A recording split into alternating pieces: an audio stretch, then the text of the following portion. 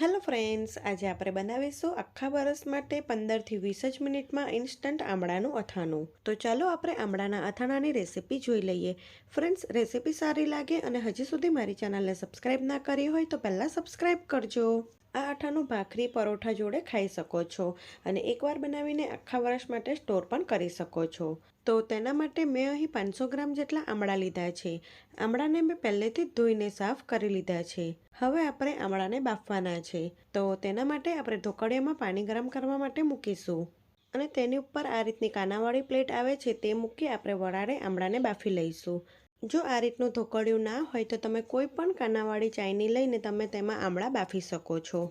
તો હવે ઢાંકણું ઢાંકીને આમળાને 10 થી 15 મિનિટ માટે હાઈ ફ્લેમ પર બાફી લઈશું. તો અહીં 10 થી 15 મિનિટ પછી આપણે આમળાને ચેક કરી લઈશું.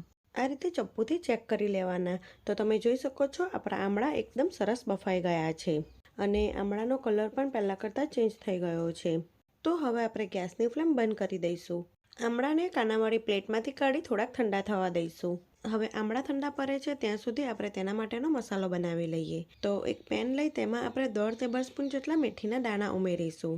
સાથે 1 ચમચી વરિયાળી, 1 ચમચી રાઈ, 2 ચમચી જેટલા આખા સૂકા ધાણા નાખી આપણે સ્લો ફ્લેમ પર 2 થી 3 મિનિટ માટે શેકી લઈશું. આ મસાલામાં વરિયાળીનો ટેસ્ટ ખૂબ જ સરસ લાગે છે, તો તમે જરૂરથી ઉમેરજો. જો અહીંયા તમારી પાસે મેથી, રાઈ અને ધાણાના કોરિયા હોય તો તમે તે પણ લઈ શકો છો. જો તમે ક્યારેય પણ આ રીતે આમળાનું અથાણું ના બનાવ્યું હોય તો એક વખત જરૂરથી ટ્રાય કરજો. તે ટેસ્ટમાં ખૂબ જ સરસ લાગે છે. તો લગભગ 2 થી 3 જ મિનિટમાં બધું એકદમ સરસ શેકાઈ ગયું છે. આપણે ગેસની ફ્લેમ બંધ કરી દઈશું અને આ મસાલાને એક બાઉલમાં કાઢી ઠંડો થવા દઈશું. હવે આપણે અથાણામાં ઉમેરવા માટે તેલ ગરમ કરવા મૂકી દઈશું. તો અહીં મેં 250 ml જેટલું સિંગ તેલ લીધું છે. તો તેમાંથી વરાળ નીકળે તેટલું ગરમ કરી લઈશું. સિંગ તેલની જગ્યાએ તમે અહીંયા સરસવનું તેલ પણ લઈ શકો છો, પણ અમારા ઘરમાં સિંગ તેલનો જ ઉપયોગ થાય છે અથાણામાં, એટલે મેં સિંગ તેલનો જ ઉપયોગ કર્યો છે. તો અહીં આપણું તેલ એકદમ સરસ ગરમ થઈ ગયું છે. આપણે ગેસની ફ્લેમ બંધ કરી દઈશું અને તેને થોડુંક ઠંડુ થવા દઈશું. આપણે જે આમળા બાફ્યા હતા તે ઠંડા થઈ ગયા છે. તો આમળામાંથી કળી કાઢી તેમાં જે બી આવે છે તે અલગ કરી લઈશું. આમળા એકદમ પરફેક્ટ બફાયા હશે તો તેની કળી એકદમ સરળતાથી નીકળી જશે. તમે કુકરમાં પણ આમળાને બાફી શકો છો, પણ આ રીતે વરાળે આમળાને બાફવાથી આમળામાં પાણી નહીં ભરાય અને આપણું અથાણું લાંબો સમય સુધી સારું રહેશે. આપણે અહીં આમળાનું અથાણું બનાવવાનું છે, તો આમળા એકદમ વધારે પડતા પણ ના બફાઈ જાય તેનું ખાસ ધ્યાન રાખવાનું. તો આપણે બધા જ આમળામાંથી કળી અલગ કરી લઈશું. તો અહીં મેં આમળામાંથી કળીઓ છૂટી પાડી તેના બી અલગ કરી લીધા છે. આપણે જે અથાણાના મસાલા માટે સામગ્રી શેકી હતી તે ઠંડી થઈ ગઈ છે. તો તેને મેં નાના મિક્સર જારમાં લઈ લીધી છે. હવે આપણે તેને અધકચરી વાટી લઈશું. તો આ રીતનો દરદરો પાવડર કરી લેવાનો. તો અહીં આપણો ઇન્સ્ટન્ટ મસાલો પણ બની ગયો છે. અહીંયા જે તેલ ગરમ કર્યું હતું તે થોડુંક ઠંડુ થઈ ગયું છે. તો હવે આપણે તેમાં 1 ચમચી હિંગ અને અડધી ચમચી હળદર ઉમેરીશું. સાથે મેં અહીં 8 થી 10 નંગ લીલા મરચાંને લાંબી સ્લાઇસમાં કટ કરી લીધા છે, તો તે ઉમેરીશું. સાથે જ આપણે તેમાં જે મસાલો કરીને રાખ્યો છે તે ઉમેરી દઈશું અને બધી વસ્તુને તેલ સાથે મિક્સ કરી દઈશું. અત્યારે તમને તેલનું પ્રમાણ થોડુંક વધારે લાગશે, પણ આપણે મસાલામાં મેથી દાણા, સૂકા ધાણા અને રાઈના દાણા ઉમેર્યા છે તેમાં તેલ પીવાઈ જશે અને તે ફૂલી જશે. હવે આપણે જે આમળાની કળીઓ કાઢીને રાખી છે તે ઉમેરી દઈશું.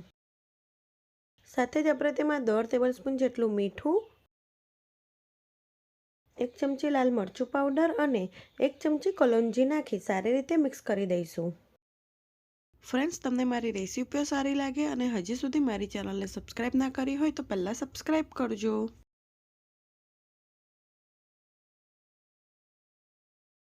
હવે આપણે આ અથાણાને 1 થી 2 કલાક માટે ઢાંકીને રહેવા દઈશું, એટલે અથાણું એકદમ સરસ ઠંડુ થઈ જશે.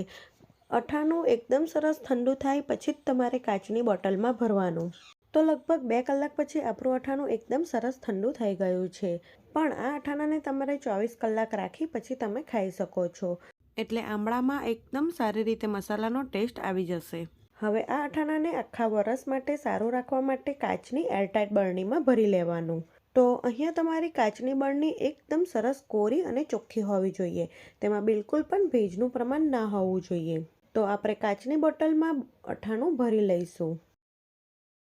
અથાણું બરણીમાં ભરાઈ જાય પછી આ રીતે ઉપર સુધી તેલ રહે તેવું રાખવાનું, જેથી અથાણામાં ફૂગ નહીં લાગે અને લાંબો સમય સુધી અથાણું સારું રહેશે. આ અથાણાને તમે બહાર જ 2 થી 3 મહિના સુધી સારું રાખી શકો છો. તો અહીં આપણું ઇન્સ્ટન્ટ આમળાનું ખાટું તીખું અથાણું બની ગયું છે. આ અથાણા સાથે તમે પરોઠા, ભાખરી, રોટલી સર્વ કરો તો તે ખૂબ જ ટેસ્ટી લાગે છે. તો તમે એક વખત આ રીતે આમળાના અથાણાની રેસીપી જરૂરથી ટ્રાય કરજો. અને જો તમને મારી રેસીપી સારી લાગે તો મારી ચેનલને સબસ્ક્રાઈબ કરજો.